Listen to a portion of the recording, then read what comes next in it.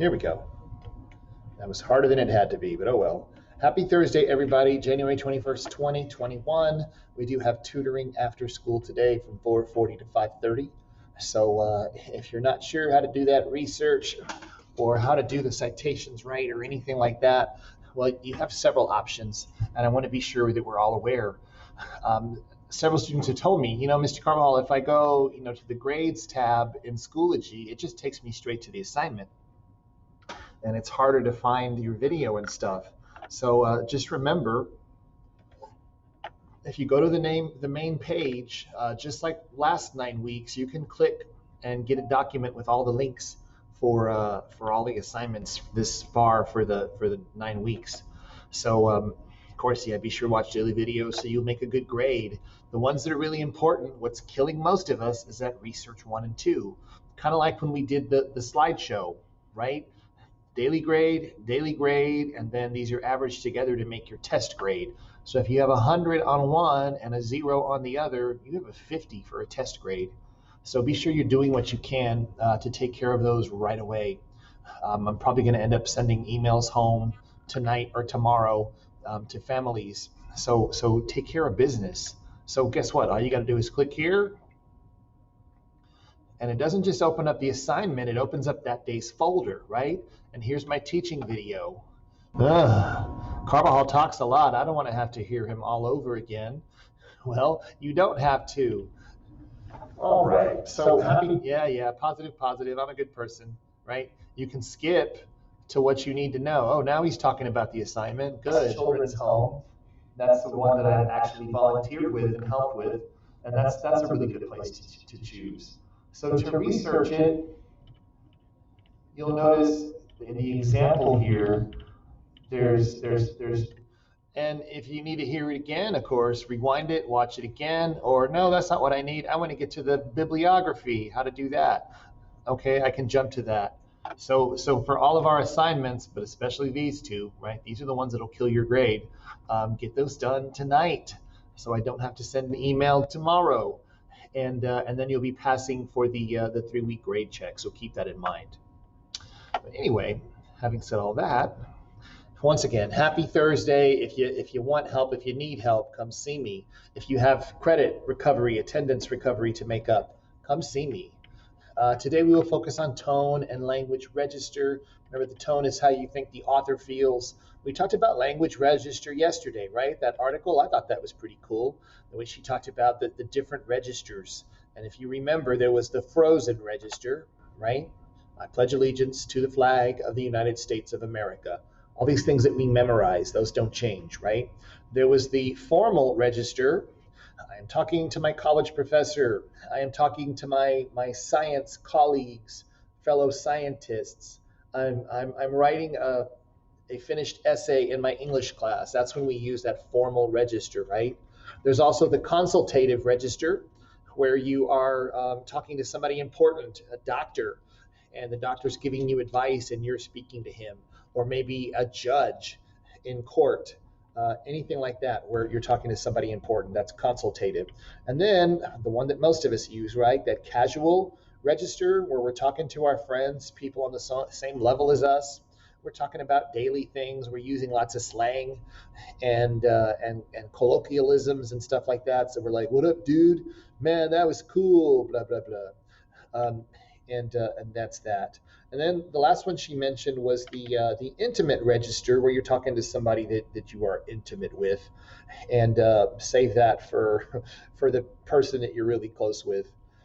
Also, she talked about how different language bases, like if it comes from Greek and Latin versus the Anglo-Saxon kind of languages, all those 4-letter words are more common. And the Latin ones are more scientific. So what is the tone of the writer of the reading we're about to read? And then think about the language register. Really, all we have to think about is it more formal or is it more casual? And you kind of decide for yourself on that.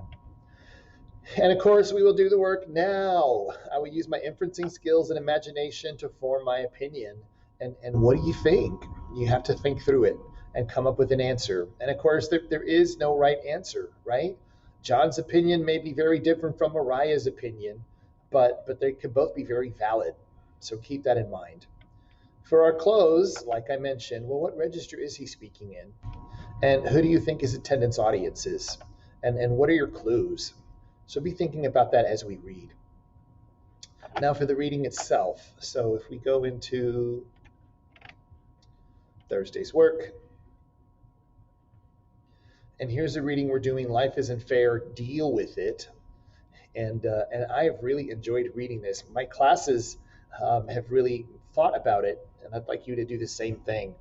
Think about what this man has to say. So if you click on it and open up your own copy, and then we're going to read the first half together, and then you will finish the second half on your own, and we will discuss a little in class. I'd like us to talk about the points that he makes and what he has to say, and then we'll look over the discussion question. And wait a minute, I think I forgot. We did not do our positive affirmations. That's terrible, Carbajal. You're a good person. Let's go ahead and do our positive affirmations because I need them, even if you don't. Especially now that I'm starting to feel tired instead of energized, I'm going to have to suffer and work through it. So come on, say them with me, either out loud or in your head. What are you? I am strong, confident, and successful. Yes, we are. And how do you feel about getting work done? I love getting work done. Absolutely. It feels great, doesn't it? And how do I feel about schoolwork? The harder I work, the stronger I become. Very cool. Thank you much. And wait, not done yet. Got to do a little comedy here. Here's the sheep, and here's the sheepdog, right? And he goes, that's all, 40 sheep. What? You should only have 37. I know, I rounded them up. Boom, psh, get it? I rounded, I'm a sheepdog. I rounded them up, 37 to 40. Look at the look on his face. I like that. That's all, 40 sheep. What? We should only have 37. I know. I rounded them up. Alrighty then. Let's go ahead and I cracked myself up. I'm a good person. Open up your own copy of Life Isn't Fair, Deal With It. We'll start reading here in a minute. And remember, we're going to make a movie in our heads. And of course, reading the introductory part, this little background info, right? It's going to help us create that image. So we're going to be reading that, of course. All right, let me give you a minute, and then let's get started. Life Isn't Fair, Deal With It by Mike Myatt. And this is pretty old, right? This is 10 years old. This is from 2011. So you'll notice some of the stuff he's talking about may have changed since then, but it's still good information. And the background info there, Mike Myatt is a best-selling author and columnist, commonly recognized as an authority on the subject of leadership. He believes that leadership exists to disrupt mediocrity. I like that. Let me say that again. He believes that leadership exists to disrupt mediocrity. As you read this opinion piece, take notes on the author's tone, right? How does he sound? Angry, sad, inspirational? You decide. There seems to be a lot of talk these days about what is fair and what is not. President Obama seems to believe life should be fair, that everyone should have a fair shake. Some of the 99% seem to believe life has treated them unfairly, and some of the 1% feel life hasn't treated them fairly enough. My questions are these. What is fair? Is life fair? Should life be fair? I'll frame the debate, and you decide. We clearly have no choice about how we come into this world. We have little choice early in life, but as we grow older, choices abound. I have long believed that while we have no control over the beginning of our life, the overwhelming majority of us have the ability to influence the outcomes we attain. Fair is a state of mind, and most often, an unhealthy state of mind. In business, in politics, in life, most of us are beneficiaries of the outcomes we have contributed to. Our station in life cannot, or at least should not, be blamed on our parents, our teachers, our pastors, our government, or our society. It's largely based on the choices we make and the attitudes we adopt. People have overcome poverty, drug addiction, incarceration, abuse, divorce, mental illness, victimization, and virtually every challenge known to man.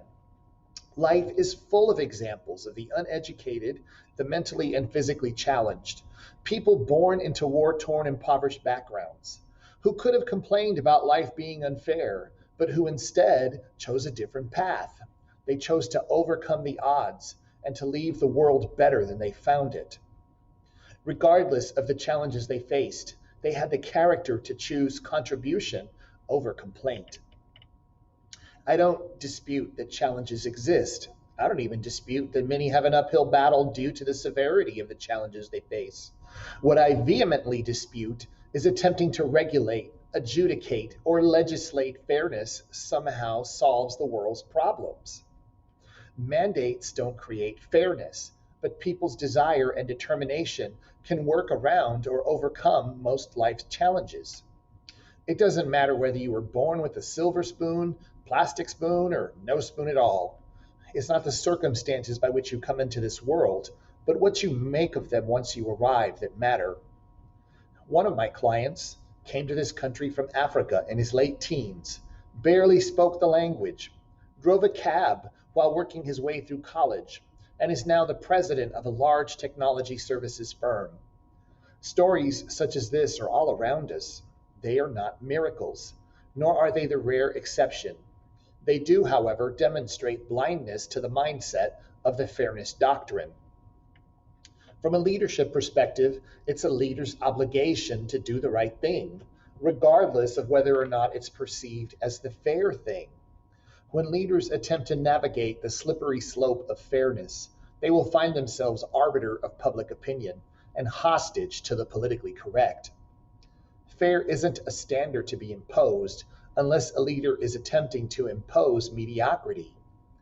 Fair blends to a norm, and in doing so, it limits, inhibits, stifles, and restricts, all under the guise of balance and equality. I believe fair only exists as a rationalization or justification. The following 11 points came from a commencement speech widely attributed to Bill Gates entitled Rules for Life.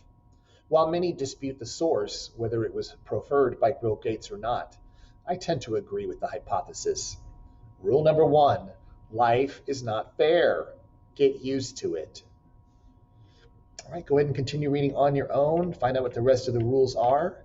And he also has a personal example of how he has worked through things not being fair. And we'll discuss this in a little bit.